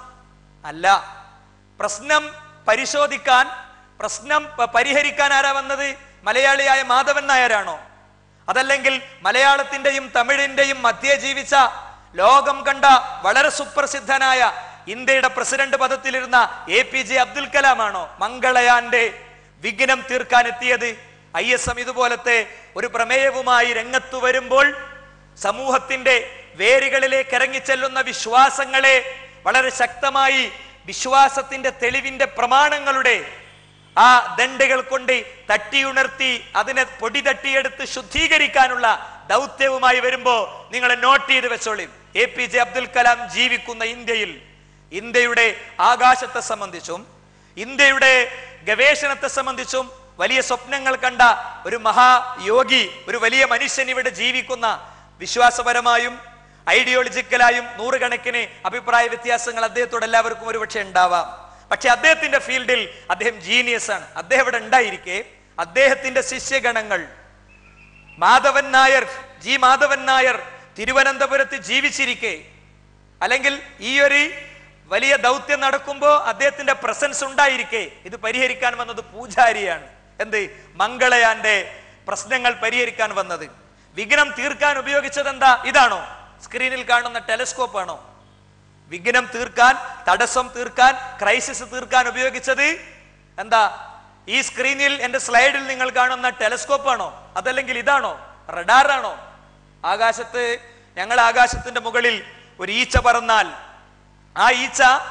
ആ പറക്കുന്ന ഈച്ച ഭൂമിയിൽ നിന്ന് എത്ര കിലോമീറ്റർ ഉയരത്തിലാണ് എന്നും ആ ഈച്ചയെ സ്പോട്ട്ലൈസ് ചെയ്യാൻ ഞങ്ങൾക്ക് എത്ര നിമിഷങ്ങൾ വേണമെന്നും ഒക്കെ ഞങ്ങളുടെ റഡാറുകൾ പറഞ്ഞു തരുമെന്ന് ശാസ്ത്രത്തിന്റെ ധിക്കാരം പറഞ്ഞവർക്ക്, അവർക്കിപ്പോഴും കണ്ടെത്താൻ കഴിയാത്ത മലേഷ്യൻ ഫ്ലൈറ്റ് ഒരു ഭാഗത്ത് ഉണ്ട് എന്ന് സമ്മതിച്ചുകൊണ്ട് തന്നെ ഞാൻ പറയാണ്, വിഘ്നം തീർക്കാൻ ആള് വന്നപ്പോ ഉപയോഗിച്ച ഇതല്ല. കാരണം അയാൾ ഉപയോഗിക്കുക ഇതല്ല, ഒരിക്കലും ഇതല്ല. ഇതാണോ? ഇതൊക്കെയാണോ? ഇതൊക്കെ ഉണ്ട്. ഇതൊക്കെയാണ് ഒരു മെഷീനിന്റെ വിഘ്നം തീർക്കാൻ സാധാരണ ഉപയോഗിക്കല് ആണല്ലോ. ഒരു മെഷീന്റെ കംപ്ലൈന്റ് തീർക്കാൻ സാധാരണ ഉപയോഗിക്കല് ഇതൊക്കെയാണ്. പക്ഷെ ഉപയോഗിച്ചത് ഇതാണ്. ഉപയോഗിച്ചത് കേരളത്തിൽ നിന്നാണ് ഉപയോഗിച്ച വസ്തുവിന്റെ ഇമ്പോർട്ടിങ്. എന്താ? തേങ്ങ. മംഗളയാൻ എന്ന കോടിക്കണക്കിന് രൂപ വില വരുന്ന, അല്ലെങ്കിൽ ആയിരക്കണക്കിന് മണിക്കൂറുകളുടെ അധ്വാനമുള്ള ഒരു സാധനത്തിന്റെ സ്വിച്ച് ഓണിന്റെ തൊട്ടു മുൻപ് അതിന്റെ വിഘ്നം തീർക്കാൻ രംഗപ്രവേശം ചെയ്തത് ശാസ്ത്രം എന്ന് പോലും ഒരുപക്ഷെ എഴുതാൻ കഴിയാത്ത ഒരാള് അല്ലേ? നമ്മളെ സമുദായത്തിന് പ്രാതിനിധ്യം കിട്ടിയിരുന്നെങ്കിൽ എന്ന് ഒരുപക്ഷെ ആഗ്രഹിക്കുന്നവരുണ്ടാവും. കാരണം ഇതൊക്കെ തുല്യാണെന്ന് കുറച്ച് കഴിയുമ്പോൾ ഞാൻ കാണിച്ചു തരാം. ഇതൊക്കെ കണക്കാണ്, ആരെ വിളിച്ചാലും സംഗതി തുല്യാണ്. അപ്പൊ നമ്മളെ പ്രതിനിധി അവിടെ അല്ലാത്തത് കൊണ്ട് മാനക്കേട് നമുക്ക് ഉണ്ടായില്ല. സ്വിച്ച് ഓണിന്റെ രംഗത്ത് നമ്മുടെ പ്രതിനിധി ഉണ്ടാകേണ്ടതാണ്. ഇന്ത്യക്ക് വേണ്ടിയുള്ള ഗവേഷണത്തിന്റെ രംഗത്ത് അങ്ങനത്തെ പ്രതിഭകൾ വളർന്നു വരേണ്ടതാണ്. പക്ഷേ ഒരു കണക്കിന് ഭാഗ്യമായി ഉണ്ടായിരുന്നെങ്കിൽ കേരളത്തിൽ അറിയപ്പെട്ട ചില ഉസ്താദുമാർ അവിടെ എത്തുമായിരുന്നു. നല്ലൊരു ഫോട്ടോക്ക് ചാൻസ് ഉള്ളതുകൊണ്ട്. ഞാൻ പറഞ്ഞതിൽ ആരും വിഷമിക്കരുത്. ഞാൻ പറഞ്ഞതിൽ പ്രതിഷേധമുള്ളവർക്ക് പേഴ്സണലി സംസാരിച്ചാൽ അത് പ്രൂവ് ചെയ്യാനുള്ള തെളിവ് എൻ്റെ കയ്യിലുണ്ട്. ഇരിക്കട്ടെ. ഏതാണെങ്കിലും ഫ്രാങ്ക് മറൈസ് എന്ന് പറയുന്ന പ്രഗത്ഭനായ ശാസ്ത്ര നിരൂപകനെ ഉദ്ധരിച്ചുകൊണ്ട് ഞാനിതിൻ്റെ ചില പരിഹാരങ്ങളിലേക്ക് പോവുകയാണ്. അദ്ദേഹം പറഞ്ഞു, അദ്ദേഹം ഇന്ത്യയെ വളരെ ലളിതമായി നിർവചിച്ചു. എന്താ? ഇന്ത്യ എന്ന മഹാരാഷ്ട്രത്തിന്റെ ഒരു കാല് ചാണകക്കുഴിയിലാണെങ്കിൽ മറ്റേ കാല് അറ്റോമിക് ലോകത്താണ്. അറ്റോമിക് ഗവേഷണങ്ങളുടെ ലോകത്താണ്. ഒരിക്കലും അറ്റോമിക് ഗവേഷണങ്ങളുടെ ലോകത്ത് കാല് വെച്ച ആളുകൾക്ക് ഉണ്ടാകാൻ പറ്റാത്ത യോഗ്യതയാണ് മറ്റേ കാല് ചാണകക്കുഴിയിലാണ്, മറ്റേ കാല് അസാംസ്കാരികതയിലാണ്, മറ്റേ കാല് ഒരു അന്ധവിശ്വാസങ്ങളിലാണ് എന്ന അവസ്ഥ. അവർക്ക് ഇതൊക്കെ ദൈവത്തെയും ആത്മീയതയെയും ഒക്കെ കൂടുതൽ ബോധ്യപ്പെടാനുള്ള അവസരങ്ങളാണ്, ഏറ്റവും നല്ല അവസരങ്ങളാണ്. പക്ഷേ ആ അവസരങ്ങൾ ഉപയോഗപ്പെടുത്തപ്പെടുന്നില്ല. അതിനുവേണ്ട ഒരു സ്പേസ് ഉപയോഗിക്കുന്നില്ല അല്ലേ? അതിനുവേണ്ട ഒരു സ്പേസ് യഥാർത്ഥത്തിൽ ഉപയോഗിക്കണില്ല, പഠിക്കണില്ല. ഇതിൽ നിന്ന് അങ്ങനത്തെ ഒരു മെസ്സേജ് കിട്ടണില്ല. അതുകൊണ്ടാണ് മുമ്പ് MSM വളരെ ശക്തമായി സമൂഹത്തിൽ ഇതേപോലത്തെ ചില കാര്യങ്ങൾ വന്നപ്പോൾ മെസ്സേജുമായി കടന്നു വന്നപ്പോൾ പറഞ്ഞത്, ഇവിടെ ഇനി വിദ്യാഭ്യാസത്തിലേക്കുള്ള മോട്ടിവേഷൻ അല്ല ആവശ്യം. നിങ്ങൾ പഠിക്കണം, വിദ്യ അഭ്യസിക്കണം എന്നല്ല പറയേണ്ടത്. ഇനി വേണ്ടത് തിരിച്ചറിവിന്റെ വിദ്യാഭ്യാസമാണ്. ഇവിടെ ഇല്ലാത്തത് അതാണല്ലോ, തിരിച്ചറിവാണില്ലാത്തത്. തിരിച്ചറിവുണ്ടായിരുന്നെങ്കിൽ ഒരു കാല് ചാണകക്കൂട്ടിലും മറ്റേ കാല് ചാണക കുടിയിലും മറ്റേ കാല് അറ്റോമിക് ലോകത്തും ആയിപ്പോകുന്ന സാഹചര്യം യഥാർത്ഥത്തിൽ ഇന്ത്യക്കില്ല ഉണ്ടാകുമായിരുന്നില്ല. നോക്കൂ നിങ്ങൾ, ഇവിടെ ചിലർക്ക് ചില അക്കങ്ങൾ പേടിയാണ്. ഫോട്ടോയിൽ കാണുന്നത് ഹൈക്കോർട്ടാണ്. ഹൈക്കോർട്ടിന് 13-ാം നമ്പർ റൂമുണ്ട്. 13-ാം നമ്പർ റൂം ഒഴിഞ്ഞു കിടക്കുക, നിങ്ങൾക്ക് ആർക്ക് വേണമെങ്കിലും തരും. 13-ാം നമ്പർ റൂം ഒഴിഞ്ഞു കിടക്കണ്. അത് ഞാൻ വെടിപൊട്ടിച്ചല്ല, ഞാൻ അതിന്റെ എവിഡൻസ്, ഈ വിഷയം കൃത്യമായി ഹൈക്കോർട്ടിനെ സംബന്ധിച്ച് വിക്കിപീഡിയയിൽ പറയുന്നിടത്തുള്ള എവിഡൻസ് ഞാനിവിടെ കൊണ്ടുവന്നിട്ടുണ്ട്. എന്താ? ഏറ്റവും വലിയ ബുദ്ധിജീവികളും ഏറ്റവും വലിയ ഗവേഷകരും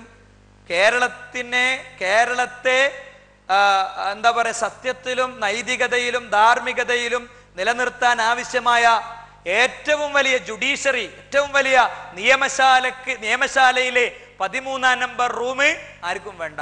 കാരണം ജ്യോതിഷ ശാസ്ത്രപ്രകാരം 13-ന് ഒരു പ്രശ്നമുണ്ട്. അതുകൊണ്ട് തിരുവനന്തപുരത്ത് പോകുന്ന ആളുകള് വേറെ റൂം എടുക്കണ്ട, 13-ാം നമ്പർ റൂം ധൈര്യമായിട്ട് എടുത്തോളി. മുജാഹിദുകൾക്ക് മാത്രമേ ആ റൂം എടുക്കാൻ കഴിയുള്ളൂ. മാത്രല്ല, വേറൊന്നും കൂടി ഞാൻ പറയുന്നു, ശരിക്ക് പരസ്യമായിട്ട് ഷർട്ടൂരാൻ തന്നെ കഴിയുക മുജാഹിദുകൾക്ക് മാത്ര. മറ്റേത് പച്ച നൂല്, കറുത്ത നൂല്, വെളുത്ത നൂല് അല്ലേ, അപ്പുറത്ത് ആ വര, ഇപ്പുറത്ത് ഈ കുറി, ഇങ്ങനെ 100 കണക്കിന് സാധനങ്ങൾ ഉണ്ടാകും. അപ്പൊ ചിലർക്ക് ചില അക്കങ്ങൾ പേടിയാ. ഞാൻ അത്ര ഒതന്റിക്കായി അത്ര കൃത്യമായിട്ട് പഠിച്ചിട്ടില്ലാത്തൊരു കാര്യം ഞാൻ പറയാണ്. അങ്ങനെ പറഞ്ഞുകൊണ്ട് തന്നെ പറയാണ്, നിയമസഭയിലെ 13-ാം നമ്പർ സീറ്റിനും ആളുകൾക്ക് താല്പര്യമില്ല എന്നാണ്. ആ സീറ്റിലിരുന്നാൽ 5 വർഷം വാഴുകയില്ല എന്നാണ് വിശ്വാസം. അപ്പോൾ ചില ആളുകൾക്ക് പ്രശ്നം ചില നമ്പറുകളാണ്, വേറെ ചില ആളുകൾക്ക് പ്രശ്നം ചില കണികളാണ്. അവനെ കണി കണ്ടു, ആരെ? പൂച്ചയെ കണി കണ്ടു, അതുകൊണ്ടില്ല. പിന്നെ പിച്ചളപ്പാത്രം നീട്ടി തന്റെ മുന്നിൽ വരുന്ന പാവപ്പെട്ട ഒരാളെ കണി കണ്ടു, അതുകൊണ്ട് യാത്ര ക്ലോസ് ചെയ്തു. രാത്രി 3 മണിക്ക് എണീറ്റ് കുളിച്ച് റെഡിയായി ഫയലൊക്കെ തയ്യാറാക്കി വീട്ടിൽ നിന്ന് ഇങ്ങനെ ഇറങ്ങാൻ നിൽക്കുമ്പോഴാണ് അമ്മേ വല്ലതും തരണേ എന്ന് പറഞ്ഞ ഒരാൾ രംഗപ്രവേശം ചെയ്യണത്. അതോടുകൂടി അന്നത്തെ യാത്ര ക്യാൻസൽഡ് അല്ലേ?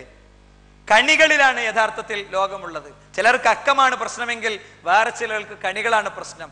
ചൂല് കണ്ടാൽ പ്രശ്നം അല്ലേ? ചൂല് കണ്ടാൽ എന്ത് മനസ്സിലാക്കണം? ഇതൊരു വൃത്തി ഉള്ള വീടാണ്, അടിക്കലും തുടക്കലൊക്കെ ഉള്ള വീടാണെന്ന് മനസ്സിലാക്കണം. ശരിക്കും പറഞ്ഞാല് മനസ്സിലാക്കണത് നേരെ തിരിച്ചാണ്. ഒരു പാവപ്പെട്ട ഒരു യാചകൻ കൈനീട്ടി വന്നാൽ എന്ത് മനസ്സിലാക്കണം? ഇവൻ തട്ടിപ്പുകാരനല്ലെങ്കിൽ ഇവന്റെ വയറ്റിലേക്കൊന്നും എത്തിയിട്ടില്ല, അവന്റെ മക്കൾ പട്ടിണിയാണ്, അതുകൊണ്ട് ഞാൻ പോണതൊരു നല്ല കാര്യത്തിനാണ്, ആ നല്ല കാര്യം നല്ല നിലക്ക് നടക്കട്ടെ, എന്നാ പിടിച്ചോ ഒരു 500 നോട്ട്, വേഗം വിട്ടോ, സന്തോഷമായി നീ വന്നത്, ഒരു നന്മ ചെയ്യാൻ പറ്റിയല്ലോ എന്നതാണ് മനസ്സുണ്ടാകേണ്ടത്. പക്ഷേ ചരടുകൾ കൊണ്ടും നൂലുകൾ കൊണ്ടും ഏലസുകൾ കൊണ്ടും മൈക്കല്ലുകൾ കൊണ്ടും പിഞ്ഞാണങ്ങൾ കൊണ്ടും മഷികൾ കൊണ്ടും മഷിനോട്ടങ്ങൾ കൊണ്ടും അതേപോലെ തന്നെ ആസ്ട്രോണമിയുടെ പേരിൽ വരുന്ന നക്ഷത്ര ശാസ്ത്രങ്ങൾ കൊണ്ടുമൊക്കെ കളങ്കിതമായ മനുഷ്യ മനസ്സ് എത്തി നിൽക്കുന്നത് അവിടെയാണ്. ഇനിയോ ചിലർക്ക് ചില ജീവികളെയും പക്ഷികളെയൊക്കെ പേടി. പൂച്ച ക്രോസ് ചെയ്ത പ്രശ്നം. വെള്ളിമൂങ്ങയെ കടത്തുന്നു, കാരണം വെള്ളിമൂങ്ങക്ക് മാർക്കറ്റ് ഉണ്ട്. വെള്ളിമൂങ്ങ നന്മയുടെ പ്രതീകമാണ്, തിന്മയുടെ പ്രതീകമല്ല. വെള്ളിമൂങ്ങ നന്മയുടെ പ്രതീകമാണ്, അല്ലേ? അപ്പോ വെള്ളിമൂങ്ങക്ക് ഭയങ്കര വെയിറ്റ്. എന്നിട്ട് അത് കള്ളക്കടത്ത് നടത്തുക, എന്നിട്ട് അതിന്റെ പിടിക്കുക, എന്നിട്ട് അത് പിടിച്ചതിന്റെ പേരിൽ ജയിലിൽ പോകുക. വെള്ളിമൂങ്ങ ആകാശത്തിന്റെ നീലിമയിലേക്ക് ചിറകിട്ടടിച്ച് പറക്കുമ്പോൾ അതിനെ തട്ടിക്കൊണ്ടുപോകാൻ ശ്രമിച്ചവൻ ബെല്ലടിക്കുമ്പോൾ ജയിലിലെ ഗോതമ്പുണ്ട തിന്നും, അല്ലേ? നമ്മളെ ആളുകളുടെ വിശ്വാസത്തിന്റെ സ്ഥിതിയാണ് ഞാൻ പറയുന്നത്. ഒരു പൂച്ച ക്രോസ് ചെയ്യുമ്പോൾ എന്ത് മനസ്സിലാക്കണം? ഫേസ്ബുക്കിൽ ഒരു തമാശക്കാരൻ പറഞ്ഞ എന്താ അറിയോ? ഇതാണ്, പൂച്ച നിങ്ങളെക്കാളും തിരക്കിലാണ്. മനസ്സിലായില്ലേ? പൂച്ച റോഡ് ക്രോസ് ചെയ്താൽ നിങ്ങൾ മനസ്സിലാക്കേണ്ടത് പൂച്ച നിങ്ങളെക്കാളും ബിസിയാണ്. അതുകൊണ്ട് പൂച്ചക്ക് ഒന്ന് സ്ലോ ആക്കി കൊടുക്കുക, പൂച്ച പോയിക്കോട്ടെ. കാരണം റോഡിന്റെ അപ്പുറത്ത് എലിയെ കണ്ടിട്ടുണ്ട്, പെരിച്ചായിനെ കണ്ടിട്ടുണ്ട്, എന്തുകൊണ്ട് ഇന്നത്തെ അന്നം ഒരു വലിയ വിഷയമാണ്. അതുകൊണ്ട് എന്താ ഒന്ന് സ്പീഡാക്കി കൊടുക്കും, ഒന്ന് സ്ലോ ആക്കി കൊടുക്കും എന്നേ മനസ്സിലാക്കണ്ടു. അങ്ങനെ യഥാർത്ഥത്തിൽ നമ്മൾ മനസ്സിലാക്കുള്ളൂ, അല്ലേ? ഇനി ചില ആളുകൾക്ക് പ്രശ്നം കന്നിമൂലയാണ്. കന്നിമൂല അതിന്റെ ദുരന്തം ഏറ്റവും കൂടുതലുള്ളത് മുസ്ലിം സമുദായത്തിലാണെന്നാണ് എനിക്ക് തോന്നുന്നത്. എന്താ? ഒന്നുമില്ല, ഒരു തങ്ങൾ പാപ്പ അങ്ങനെയാണ് വരും. അതല്ലെങ്കിൽ ഒരാളെടുത്ത് ചെല്ലുമ്പോൾ നിങ്ങളെ വീട്ടിലെ എന്തൊക്കെ പ്രശ്നമുണ്ട്, അതുകൊണ്ടാണ് അതിന്റെ നിർമ്മാണത്തിൽ എന്തോ പ്രശ്നമുണ്ട് എന്നാണ് എന്ത് വിവരം. അപ്പൊ ആ വിവരം കിട്ടുമ്പോൾ അങ്ങനെയാണല്ലോ, സാധാരണ ഒരു ക്ലിനിക്കിൽ ചെന്നിട്ട് ഡോക്ടർ പറയണേ ഒരു സ്കാനിങ് വേണമെന്നൊക്കെ പറയുമ്പോൾ അതിന്റെ ഏറ്റവും വലിയ സ്പെഷ്യലിസ്റ്റിന്റെ അടുത്തേക്ക് പോകും. അപ്പോ ഇങ്ങനെ മാത്രം ജീവിക്കുന്ന ആളുകൾ എല്ലാ മതങ്ങളിലുണ്ട്. അങ്ങനെ ജീവിക്കണം മൂപ്പര് വരും. അത് ചിലപ്പോ സന്യാസി വേഷം ധരിച്ചവനായിരിക്കും, ചിലപ്പോ മുസ്ലിം സമൂഹത്തിന്റെ പ്രതിനിധി എന്നുള്ള നിലക്കുള്ള ആളായിരിക്കും, ചിലപ്പോ ക്രൈസ്തവ സമൂഹത്തിന്റെ പ്രതിനിധി ആയിരിക്കും. ഈ മതങ്ങളുടെ അടിസ്ഥാന ഗ്രന്ഥങ്ങൾക്കൊന്നും ഇയാളുമായിട്ട് യാതൊരു ബന്ധമല്ല എന്ന വിവരം വ്യസന സമേതം ബന്ധുമിത്രാദികളെ നാട്ടുകാരെയും അറിയിച്ചു കൊള്ളുന്നു. ഒരു സംശയമല്ലല്ലോ, ഈ പറയുന്ന ഇങ്ങനെ എത്തുന്ന പ്രതിനിധികളുമായി മതങ്ങളുടെ അടിസ്ഥാന പ്രമാണങ്ങൾക്ക് യാതൊരുവിധ ബന്ധമല്ല. നോക്കൂ നിങ്ങൾ, ഇയാൾ വന്നിട്ട് ഇങ്ങനെ 2 നോട്ടൊക്കെ നോക്കി ഒരു കറക്കൊക്കെ കറക്കിയിട്ട് പറയണേ, എന്താ ഈ ഭാഗം ഇവിടുന്ന് പൊളിച്ച് നീക്കണം. എന്താ? ഓഫീസ് റൂമാണ്, മനസ്സിലല്ലേ? അതാണ് പൊളിച്ച് നീക്കണം. അല്ലെങ്കിൽ ഈ 3 റൂം, എന്നിട്ട് അവിടെ കക്കൂസ് ഉണ്ടാക്കണം. എങ്ങനെ ഉണ്ടാവും? എത്ര സ്ഥലത്തുണ്ട് സുഹൃത്തുക്കളെ? ഇതെങ്ങനെ ഉണ്ടായത് അറിയോ? 76 ഡിഗ്രി സെൽഷ്യസ് ഗൾഫ് ചൂടിൽ അവൻ അധ്വാനിച്ചുണ്ടാക്കിയതാണ് ഈ വീട്. നമ്മളൊന്നും അധികം വിദേശ യാത്രയൊന്നും നടത്തിയിട്ടില്ല, പക്ഷെ ഒരു യാത്രയിൽ കണ്ടൊരു കാഴ്ച ഉണ്ട്. ഒരു പൈപ്പ് ലൈനിൽ ഒരാൾ വർക്ക് ചെയ്യണം. അന്ന് കുവൈത്തിന്റെ ചൂട് 76.5 ആണ് അന്നത്തെ ചൂട്. 76.5% ഡിഗ്രി ചൂടുള്ള സമയത്ത് എന്താ പൈപ്പ് ലൈനിൽ ഒരാൾ ഇങ്ങനെ വർക്ക് ചെയ്യുന്നുണ്ട്. ഞാൻ അങ്ങനെ ആലോചിച്ചു, അയാൾ പൈപ്പ് ലൈനിൽ നിന്നിട്ട് ഇങ്ങനെ ഗ്യാസ് ലൈനിൽ നിന്നിട്ട് ഇങ്ങനെ വർക്ക് ചെയ്യാണ്, മൊത്തം മൂടി ഇങ്ങനെ. ഞാനിങ്ങനെ ആലോചിച്ചു സുഹൃത്തുക്കളെ, നമുക്ക് കാറിന്ന് AC കാറിന്ന് ഇറങ്ങിയിട്ട് റൂമിലേക്ക് പോകാൻ പറ്റാത്ത അത്ര ശക്തമായ ചൂടിൽ, മനുഷ്യൻ കത്തിക്കരിഞ്ഞു പോകുന്ന ചൂടിൽ അയാൾ എന്നിട്ട് പണിയെടുക്കുന്നത് എന്താ കാരണം? ആ സ്ക്രൂ ഡ്രൈവർ ഇങ്ങനെ കറക്കുമ്പോൾ അയാൾ അവിടെ കാണുന്നുണ്ട് വിവാഹപ്രായമെത്തി വിവാഹം കഴിയാത്ത മകളെ, പണി പൂർത്തിയാകാത്ത വീട്, പേമാരി എത്തും മുമ്പ്, ഇടിനാദങ്ങൾ വരും മുമ്പ് പണി പൂർത്തിയാക്കേണ്ട വീട്, ഗർഭിണിയായ ഭാര്യ, നിത്യരോഗിയായ മാതാവ്, എഞ്ചിനീയറിംഗിന് പഠിക്കുന്ന മകൻ, 10 വയസ്സായിട്ടും 3 വയസ്സുകാരന്റെ വളർച്ച മാത്രമുള്ള തൻ്റെ വീട്ടിലെ റൂമിൽ തളർന്നു കിടക്കുന്ന തൻ്റെ പിഞ്ചോമന, അവന്റെ ട്രീറ്റ്മെന്റ്, അങ്ങനത്തെ കുറെ കാര്യം കാണുന്നതുകൊണ്ടാണല്ലോ 16 ആളുള്ള റൂമില് ഒരുത്തന്റെ തലന്റെ ചോട്ടില് മറ്റോന്റെ കാലിന്റെ ചോട്ടില് ഇവന്റെ തല, ഇങ്ങനെ ഈ ഒരു പണിയേറ്റ് നീങ്ങണത്. അങ്ങനെ ഉണ്ടാക്കിയ വീട്, ആ വീടാണ് ഉസ്താദ് ഇങ്ങനെ മഷിട്ട് നോക്കിയിട്ട് അവസാനത്തോണ്ട് പൊളിച്ചാളി, അതാണ് കന്നിമൂല എന്ന് പറഞ്ഞാൽ. ഇത് കന്നിമൂലയല്ല, ഇത് ചന്നിമൂലയാണ്. ഇത് ശുദ്ധമായ ഭ്രാന്താണ് സുഹൃത്തുക്കളെ, പരിശുദ്ധമായ ഭ്രാന്ത്. ഇതും യഥാർത്ഥത്തിൽ നിലനിൽക്കുന്നത് ഞാൻ നേരത്തെ പറഞ്ഞ അധുനാധുനിക ശാസ്ത്രയുഗത്തിൽ തന്നെയാണ്. ഇനി അതിൻ്റെയൊക്കെ അപ്പുറത്ത് സ്വന്തം മാനം നഷ്ടപ്പെടുത്തി സ്വയം നാശത്തിലെത്തിപ്പെടുന്ന ആളുകൾ. ഈ സ്ലൈഡ് ബ്ലാങ്ക് ആണ്. എന്തുകൊണ്ട് ബ്ലാങ്ക് ആണ്? ഈ സ്ലൈഡിൽ കൂടെ എനിക്ക് കാണിക്കാനുള്ള വീഡിയോസ് ഇവിടെ ഞാൻ കാണിച്ചാൽ ഈ ഹോളും ഇതിന്റെ അപ്പുറത്ത് ഇതിന്റെ ബാക്ക് സൈഡിൽ വേറൊരു സാധനം ഉണ്ടല്ലോ, അല്ലെ, ആളുകൾ ക്യൂ നിന്ന് ടിക്കറ്റ് എടുത്ത് പോണേ, അത് രണ്ടും തമ്മിൽ വലിയ വ്യത്യാസം ഉണ്ടാവില്ല. ഇതിന്റെ തൊട്ടപ്പുറത്ത് ബാക്ക് സൈഡില് ഇല്ലേ മമ്മൂട്ടി മോഹൻലാലൊക്കെ സ്ഥിരം സന്ദർശിക്കുന്ന ഒരു സ്ഥലമുണ്ട് സ്ക്രീനിലൂടെ, അതും ഈ ഹോളും തമ്മിൽ വലിയ വ്യത്യാസം ഉണ്ടാവില്ല. അത്ര വൃത്തികെട്ട പിന്നെ സീനുകൾ ലീക്ക് ഔട്ട് ആയത് യൂട്യൂബിലുണ്ട്. കഴിഞ്ഞ കുറച്ച് ദിവസമായിട്ട് 5-6 ദിവസമായിട്ട് പിന്നെ ചില എല്ലാ മതങ്ങളിലുമുള്ള കപട ആത്മീയതയുടെ ആൾ ദൈവങ്ങളുടെയൊക്കെ പിന്നാലെയാണ്. അപ്പൊ അത് മൊത്തം കിട്ടി നോക്കിയപ്പോൾ മനസ്സിലായ കാര്യം എന്താണെന്ന് വെച്ചാൽ അതൊരിക്കലും ഒരു സദസ്സിനോട് പറയാനോ പ്രദർശിപ്പിക്കാനോ പറ്റൂല എന്നാണ്. കാരണം നമ്മൾ എന്തൊരു നന്മയാണോ ഇതുകൊണ്ട് ഉദ്ദേശിക്കുന്നത്, ആ നന്മ നിരാകരിക്കപ്പെടുന്ന സാഹചര്യമാണ് പിന്നെ ഉണ്ടാകുക. വർഗീയതയായി, തീവ്രവാദമായി, വംശീയതയായി, അങ്ങനെ അങ്ങനെ അത് വേറൊരു തലത്തിലേക്ക് പോകും. അപ്പോ സ്വന്തം ഭാര്യയെ ഷെയ്ഖിന്റെ മുന്നിൽ, ത്വരീഖത്തിന്റെ ഷെയ്ഖിന്റെ മുന്നിൽ ആക്കി കൊടുത്തിട്ട് കല്യാണം കഴിഞ്ഞാൽ 8 ദിവസം അവിടെ താമസിപ്പിക്കണം, എന്നിട്ട് എന്ത് ചെയ്യുള്ളൂ, ഫ്രീ ആക്കി കൊടുക്കുള്ളൂ. കല്യാണം കഴിഞ്ഞു വന്ന അന്ന് അതൊക്കെ ഇവിടുത്തെ ഉസ്താദുമാർ തന്നെ പറയുന്നുണ്ട്, ഉസ്താദുമാർ തന്നെ പറയുന്നുണ്ട് അല്ലെ, കാസിമി തന്നെ സംസാരിച്ചിട്ടുണ്ട്. ഗൾഫിൽ നിന്ന് 5 കൊല്ലം കഴിഞ്ഞ് വന്ന ആള് നേരെ ഷെയ്ഖിനെ പോയി കണ്ടു. ഷെയ്ഖിന്റെ അടുത്ത് പോയിട്ട് വീട്ടിൽ എനിക്ക് കയറാൻ പറ്റുമോ, ഭാര്യൻ്റെ അടുത്ത് എത്താൻ പറ്റുമോ എന്ന് വെച്ചപ്പോൾ കുറച്ച് ദിവസം ഇവിടെ നിന്നിട്ട് പോയാൽ മതി എന്നാണ് ഷെയ്ഖിന്റെ നിർദ്ദേശം. ഭാര്യനെ ഇവിടെ നിന്ന് കൊണ്ടുവന്നാക്കി തന്നിട്ട് പോയാൽ മതി എന്നാണ് അല്ലേ.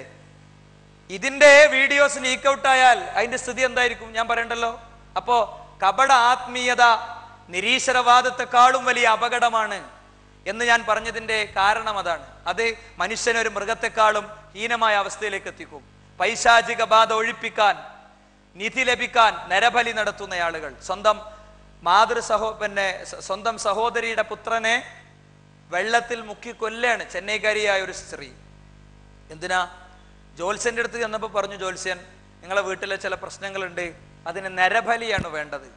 അപ്പോ കളിച്ചുകൊണ്ടിരിക്കുന്നവനെ കളിപ്പാട്ടങ്ങളിൽ നിന്ന് പറിച്ചെടുത്ത് ഇളയമ്മയുടെ സ്നേഹം അവന് നുകർന്നു നൽകി വാട്ടർ ടാങ്കിൽ അവനെ മുക്കിക്കൊല്ലുമ്പോൾ ആ കൈകൾ പിശാചിന്റെ കൈയായി മാറിയത്. വെള്ളം കുടിക്കുന്ന കുട്ടി ശ്വാസകോശത്തിലേക്ക് ആ വെള്ളം ഇരച്ച് കയറുമ്പോൾ, അവൻ പിടക്കുമ്പോൾ, അവന്റെ ജീവന് വേണ്ടിയുള്ള പോരാട്ടം നടക്കുമ്പോൾ അവരെ ആ കൃത്യത്തിൽ പിടിച്ചു നിർത്തിയ ഘടകം ഞാൻ നേരത്തെ പറഞ്ഞ എക്സ്കവേറ്ററുകൾക്കും JCBകൾക്കും AK-47 റൈഫിളുകൾക്കുമൊന്നും തകർക്കാൻ കഴിയാത്ത മനസ്സിൽ കുടിയിരിക്കുന്ന കപടാത്മീയതയും അന്ധവിശ്വാസവും നൂലിലും ചരടിലും ഏലസിലും ഐക്കല്ലിലുമൊക്കെ ബന്ധിതമായ വിശ്വാസങ്ങളും തന്നെയാണ്. അപ്പോ ഇതാണ് ഇവിടുത്തെ ഒരു സാമൂഹിക അന്തരീക്ഷം എന്ന് പറയുന്നത്. കാണിക്ക വഞ്ചികളും ഓൺലൈൻ ജ്യോതിഷവും അല്ലെ. ജ്യോതിഷം അപ്ഡേറ്റ് ചെയ്തു, എന്താ ഇപ്പൊ ഓൺലൈനിലാണൊക്കെ. നിങ്ങളെ പ്രശ്നം പറയാൻ നിങ്ങൾ അങ്ങോട്ട് പോകുന്നു വേണ്ട, പ്രശ്നം ഇവിടുന്ന് ടൈപ്പ് ചെയ്യാം. പ്രശ്നം ഇവിടുന്ന് ടൈപ്പ് ചെയ്യുമ്പോൾ ആ പ്രശ്നത്തിന് ട്രീറ്റ്മെന്റ് കിട്ടണമെങ്കിൽ വേണ്ട എമൗണ്ട് അവിടെ തെളിയും. ആ എമൗണ്ട് ഈ ബില്ലിംഗ് വഴി പോസ്റ്റ് ചെയ്യുക, പരിഹാരം നിങ്ങൾക്ക് ഇങ്ങോട്ട് വരും. പരിഹാരം ഓൺലൈനായിട്ട് വരും. നോക്കി, നിങ്ങൾ ഓരോ രംഗത്തും ശൈത്താൻ വളരെ സമർത്ഥമായി വേണ്ടതൊക്കെ ചെയ്തിട്ടുണ്ട്. ഇനി നൂലില്ലാത്ത ഏത് മതമുള്ളത്? ശൈത്താന്റെ തന്ത്രങ്ങളിൽ ശൈത്താൻ ഒറ്റ നിശ്ചയുള്ളൂ, ഒന്നിങ്ങനെ ട്വിസ്റ്റ് ചെയ്യും. മതത്തിന്റെ ആളുകൾ ബോധപൂർവം തെറ്റിദ്ധരിക്കാതിരിക്കാൻ വേണ്ടി എന്താ ഹാം ഹൂം ഹൂ എന്ന് ഊതിയാൽ ഹിന്ദുവായി അല്ലേ. എന്താ യാ കസ്രായില്ല കുസ്രായില്ല ഇസ്രായേൽ നിറഞ്ഞാണ്ട് ഊതിയാൽ അത് ഇസ്ലാമായി അല്ലേ. കുറച്ച് നീട്ടി കുറച്ച് ചുരുക്കി 4 അങ്ങോട്ടും ഇങ്ങോട്ടും ആക്കി 2 പുണ്യാളന്റെ പേര് പറഞ്ഞാൽ അത് ക്രിസ്ത്യാനിറ്റി ആയി അല്ലേ. ക്യാഷ് മൊത്തം പോണതോ, ഒരു ഊത്തിന് 30,000, ഒരു തുപ്പലിന് 60,000. എന്താ എമൗണ്ട്? ഇങ്ങനെ കളം വരച്ചിട്ട് അല്ലെങ്കിൽ സംസ്കൃതത്തിൽ 4 അക്ഷരങ്ങൾ എഴുതി ചുരുട്ടിയിട്ട് കെട്ടിയിട്ട് കൈ കൊടുത്താൽ അത് ഹിന്ദുവിന്റെ ഏലസായി. അറബി അക്ഷരമാലകൾ റൈനും ഫാവും കാഫും വാവും ഒക്കെ എഴുതിയിട്ട് ചുരുട്ടി കൊടുത്താൽ അത് ഇസ്ലാമിന്റെ, പരിശുദ്ധ ഇസ്ലാമിന്റെ വലിയ സംഭവമായി. അതിന്റെ അപ്പുറത്ത് ഹീബ്രു ഭാഷയിലെ ഏതെങ്കിലും 4 അക്ഷരങ്ങൾ ചേർത്ത് വെച്ച് കെട്ടിക്കൊടുത്താൽ അത് ക്രിസ്ത്യാനിറ്റി ആയി അല്ലേ. ഇതാണ് ഇവിടുത്തെ ധാർമ്മിക രംഗം അല്ലെങ്കിൽ ആത്മീയതയുടെ രംഗം അടക്കി വാഴുന്നവർ എടുക്കുന്ന വളരെ ശക്തമായ തന്ത്രങ്ങൾ. മാത്രല്ല, കപട ആത്മീയതയുടെ കേന്ദ്രങ്ങളിൽ എവിടെയും ആത്മീയതയില്ല എന്ന് ലോകത്തിന് പലവരും ബോധ്യപ്പെട്ടിട്ടുണ്ട്.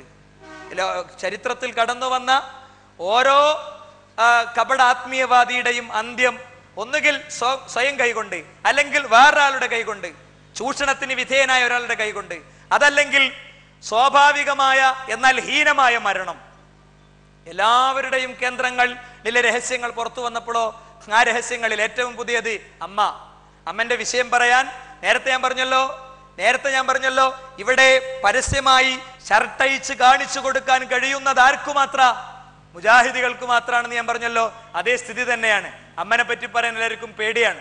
ഇവിടെ ധാർമ്മികതയെയും അതേപോലെ തന്നെ മതനിരാശത്തെ അജണ്ടയാക്കി എടുത്തവർ പോലും രംഗത്ത് വന്ന് അമ്മന്റെ കാര്യം പറഞ്ഞ അടുത്ത ദിവസം അവരെന്നെ പിൻവാങ്ങി. അത് എന്റെ FB ID ഹാക്ക് ചെയ്തതാണെന്നാ. പക്ഷേ അടുത്ത രാവിലെ അതേ FB IDയിൽ നിന്ന് തന്നെയാണ് അദ്ദേഹം അതിന്റെ തിരുത്തും പ്രസിദ്ധീകരിക്കുന്നത്. അപ്പൊ ആരാ ഹാക്ക് ചെയ്ത്? അപ്പോൾ ആരാണ് ഇവിടെ ഹാക്ക് ചെയ്തത്? വളരെ ക്ലിയർ ആണ്. ഹാക്ക് ചെയ്തത് ഒന്നുകിൽ ഇവിടുത്തെ ഇത്തരം കപട ആത്മീയവാദികളുടെ കയ്യിലുള്ള ഒരിക്കലും എണ്ണിത്തിട്ടപ്പെടുത്താൻ കഴിയാത്ത ബാങ്ക് അക്കൗണ്ടിലെ ക്യാഷ്, അതാണ് ഹാക്ക് ചെയ്തത്. അതല്ലെങ്കിൽ ഇവിടുത്തെ വോട്ട് ബാങ്ക്, രണ്ടിലൊരു ബാങ്ക്, ഒന്നുകിൽ പണത്തിന്റെ ബാങ്ക് അല്ലെങ്കിൽ വോട്ട് ബാങ്ക്. അതുകൊണ്ട് തന്നെ ആർക്കൂടെ പറയാൻ ധൈര്യമില്ല, അല്ലേ? ധൈര്യം കാണിച്ച് ഗെയിലിനെ പോയി കണ്ട് ഇവിടുത്തെ ഒരു പ്രസിദ്ധനായ പത്രപ്രവർത്തകൻ ചില കാര്യങ്ങൾ അദ്ദേഹത്തിന്റെ ഒരു ഡിപ്ലോമാറ്റിക് ലെവലിൽ നിന്നുകൊണ്ട് തന്നെ കൈകാര്യം ചെയ്തപ്പോ അദ്ദേഹം അവസാനം ചോദിച്ചു, ഞങ്ങൾ ഇവിടെ കാന്തപുരത്ത് വിചാരണ നടത്തിയിട്ടുണ്ട്, ഞങ്ങളിവിടെ ഇന്ന ആചാര്യന്മാരുടെ കാര്യം ഞങ്ങൾ പുറത്തു കൊണ്ടിട്ടുണ്ട്, എന്റെ അമ്മന്റെ കാര്യം പറഞ്ഞപ്പോൾ മാത്രം ഇത്ര വയലന്റായ ആളുകൾ പ്രതികരിക്കുന്നു എന്ന് ചോദിച്ചു, അല്ലേ? അതിനൊറ്റ ഉത്തരവുള്ളൂ. അതിന്റെ ക്ലാരിറ്റി കൊടുക്കാൻ യഥാർത്ഥത്തിൽ ഇവർക്ക് ആർക്കും പറ്റൂല. അതിന്റെ ക്ലാരിറ്റിയും പരിഹാരവും കൊടുക്കാൻ നമുക്ക് സാധിക്കുകയുള്ളൂ സുഹൃത്തുക്കളെ. കാരണം ഏലസും മാലകളും ഐക്കല്ലുകളും തകിടുകളും ശംഖുകളും മോതിരങ്ങളും ഒക്കെ ഒരു സമൂഹത്തിന്റെ മനസ്സിൽ അത്രത്തോളം എത്തിപ്പെട്ടിട്ടുണ്ട്. ഇതിന്റെ പരിഹാരം എന്താ? ഇവരൊക്കെ അറസ്റ്റ് ചെയ്ത് ജയിലിലടക്കലാണോ? എങ്കിൽ ജയിലിൽ നിന്ന് ഒന്നുകൂടി സ്വസ്ഥമായിട്ട് ഈ കാര്യം അവർ ചെയ്യും. ഇനി അല്ല, ഇവരുടെ ജീവിതത്തിന്റെ ബാക്ക് സൈഡിലുള്ള കഥകൾ സമൂഹത്തിന്റെ മുന്നിലേക്ക് ഇട്ടുകൊടുക്കലാണോ? അങ്ങനത്തെ ഒരു ഓപ്പർച്യൂണിറ്റി അവിടെ ഉണ്ടല്ലേ, എന്നൊന്ന് പോയോക്കാൻ തീരുമാനിക്കും. മനസ്സിലായില്ല? ഇവരുടെയൊക്കെ വിരിക്കപ്പുറത്തെ സ്വകാര്യങ്ങൾ ഇപ്പൊ ഗെയില് അവരുടെ വിശുദ്ധ നരകം എന്ന പുസ്തകത്തിലൂടെ പുറത്തുവിട്ട സാധനമാണെങ്കിൽ അത്തരം കാര്യങ്ങളിലൂടെ അവരെ നേരിടാമെന്ന് വിചാരിച്ചാൽ, ഞാനിവിടെ അങ്ങനത്തെ ഒരു ഏരിയയിലേക്ക് വന്നിട്ടില്ലല്ലോ, ഞാൻ എൻ്റെ സ്ലൈഡ് ബ്ലാങ്ക് ആക്കിയിട്ടു. ഞാൻ എൻ്റെ സ്ലൈഡ് ബോധപൂർവം ബ്ലാങ്ക് ആക്കിയിട്ടു. എൻ്റെ അടുത്ത് ഇല്ലാഞ്ഞിട്ടല്ല, ഉണ്ട്. 2 GB ഒരു കുറഞ്ഞ സമയം അന്വേഷിച്ചപ്പോൾ കിട്ടിയ 2 GB എൻ്റെ കയ്യിലുണ്ട്. ആർക്കും കിട്ടും. യൂട്യൂബിൽ ഡൗൺലോഡ് ചെയ്യാനുള്ള സോഫ്റ്റ്വെയറും കൊണ്ട് ചെല്ലുന്ന ആർക്കും കിട്ടും. ഞാൻ അങ്ങോട്ട് പോകണില്ല. ഇതൊന്നുമല്ല എൻ്റെ പരിഹാരം. അവരെ കൊല ചെയ്യലാണോ പരിഹാരം? അല്ല. 956 ജനിച്ച അമ്മ, ആ അമ്മയെ കൊല്ലാൻ ആള് ചെന്നിട്ടുണ്ട്, ഇറങ്ങി ഓടുകയാണ് ചെയ്തത്. ബാവയെ കൊല്ലാൻ ആള് ചെന്നിട്ടുണ്ട്, ശ്രീ രവിശങ്കറിനെ കൊല്ലാൻ ആള് ചെന്നിട്ടുണ്ട്. അവരെ കൊല ചെയ്യലാണോ? ഇത്രപ്പോന്ന നൂലിന്റെ ബന്ധനം. ആ നൂലെന്ന് പറയുന്നത് ഞാൻ പറഞ്ഞല്ലോ, നിങ്ങൾക്ക് പർവ്വതത്തെ കട്ട് ചെയ്താലും ആ നൂല് കൊലകൾ കൊണ്ട് കട്ട് ചെയ്യാൻ പറ്റൂല. അവരെ വ്യക്തിത്വത്തെ ഇടിച്ച് തകർത്ത് തരിപ്പിടമാക്കിയതുകൊണ്ടും കഴിയില്ല. പക്ഷേ അവരുടെ വ്യക്തിത്വവുമായി ബന്ധപ്പെട്ട വെളിപ്പെടുത്തലുകളും ചർച്ചകളും വരുമ്പോൾ എന്തുകൊണ്ട് ആളുകൾ മൗനം പാലിക്കുന്നു? ഒരാളും കംപ്ലൈന്റ് ചെയ്യാതെ തന്നെ കേസെടുക്കാവുന്ന വിഷയങ്ങളിൽ എന്തുകൊണ്ട് അധികാരികളുടെ കൈവിറക്കുന്നു എന്നത് ഇവിടുത്തെ ഒരു ചർച്ചയാണ്. നമ്മൾ ഇതിന്റെ പരിഹാരം ജനങ്ങളെ പഠിപ്പിച്ചാൽ ലോകം നോട്ടയിൽ കുത്തും ഈ അധികാരികൾക്കെതിരിൽ. ലോകം നോട്ടയിൽ കുത്തും സുഹൃത്തുക്കളെ ഈ അധികാരികൾക്കെതിരിൽ. ഇവിടുത്തെ പ്രശ്നം എന്താണെന്നറിയോ? അവരൊക്കെ ഇത്തരം കേന്ദ്രങ്ങളിൽ പോണവരും ഇതിൽ വിശ്വസിക്കുന്നവരാണ്. അതുകൊണ്ട് ഇതിന്റെ പരിഹാരം എന്താ? ഇതിനുള്ള ഏറ്റവും ശക്തമായ പരിഹാരം അള്ളാഹുവിനെ അറിയലാണ്. പടച്ച തമ്പുരാനെ അറിയലും മനസ്സിലാക്കലും മാത്രമാണ്. അതല്ലാത്ത പരിഹാരത്തിനില്ല. കാരണം റസൂൽ സല്ലല്ലാഹു അലൈഹി വസല്ലം തങ്ങളുടെ നിയോഗം പഠിപ്പിച്ചെടുത്ത് നാം ഒരു സമൂഹത്തിലേക്ക് ഒരു പ്രവാചകനെ നിയോഗിച്ചിരിക്കുന്നു. ആ പ്രവാചകന്റെ പ്രത്യേകത യുഅല്ലിമുഹുൽ കിതാബ വൽ ഹിക്മ എന്ന് പറഞ്ഞു വന്നിട്ട് അവരെ അദ്ദേഹം മോചിപ്പിക്കും. വൽ അഗ്ലാലല്ലതി അവര് ബന്ധിതമായ ചങ്ങലക്കെട്ടുകളിൽ നിന്ന് അവരെ മോചിപ്പിക്കും. മോചിപ്പിച്ചല്ലോ. എന്തെല്ലാം അന്ധവിശ്വാസങ്ങൾ അറബികൾക്കിടയിൽ ഉണ്ടായിരുന്നു. അവർ കുഞ്ഞുങ്ങളെ കൊന്നതുപോലും അവരുടെ ആത്മീയ രംഗത്തെ ഒരു തെറ്റുധാരണയിൽ നിന്നാണ്. കുഞ്ഞുങ്ങളെ കൊന്നത് എന്തിനാ? പെൺകുട്ടികളെ കൊന്നത് ജനിച്ചു വീണ കുഞ്ഞിനെ ആ കുഞ്ഞ് പ്രസവിച്ച് വീഴുന്ന മുറക്ക് പ്രസവത്തിന്റെ നീറ്റൽ മാറും മുമ്പ് അമ്മയുടെ ശരീരഭാഗത്ത് നിന്ന് വലിച്ചെടുത്തു കൊണ്ടുപോയി തിഹാമയുടെ പർവ്വതയോരങ്ങളിൽ ഒരുക്കിയ കുഴികളിൽ അവർക്ക് ജീവനോടെ അന്ത്യവിശ്രമം ഒരുക്കിയ അറബിയുടെ മനസ്സിലെ പ്രേരകമെന്താ? ആർത്ത് കരയുന്ന കുട്ടിയുടെ മുഖത്ത് മണ്ണ് വീഴുമ്പോൾ ഇത്തരം ഒരു അന്ധവിശ്വാസമാണ്. അതിൽ നിന്ന് എങ്ങനെ മോചിപ്പിച്ചത്? എന്തുകൊണ്ട് കൊല ചെയ്യപ്പെടുന്നുവെന്ന് ആ കുഞ്ഞ് ചോദിക്കും നിന്നോട്. ഉപ്പച്ചയെ എന്തിനാ എന്നെ കൊന്നത് എന്ന് നാളെ മഹ്ശറയിൽ നിന്ന് ചോദിക്കും എന്ന മെസ്സേജ് ആ ഒരു സമ്പ്രദായത്തെ തന്നെ ഇല്ലാതാക്കി. അതുകൊണ്ട് അള്ളാഹുവിനെ സംബന്ധിച്ച ഓർമ്മപ്പെടുത്തലുകൾ, ബോധ്യപ്പെടുത്തലുകളാണ് വഴി. എപ്പോഴാണ് അള്ളാഹുവിനെ ബോധ്യപ്പെടുക? ഇനി ഞാൻ പറയുന്ന കാര്യം, ഒരു ദിവസം പോലും ഏലസ് കെട്ടാത്തവർക്കും ഏലസ് കെട്ടാൻ പാടില്ലെന്ന് ചിന്തിക്കുന്നവർക്കും കപട ആത്മീയ കേന്ദ്രങ്ങൾക്കെതിരിൽ സംസാരിക്കുന്നവർക്കും കപട ആത്മീയതയെ എതിർക്കാൻ വേണ്ടി പുസ്തകം എഴുതിയവർക്കും എല്ലാവർക്കും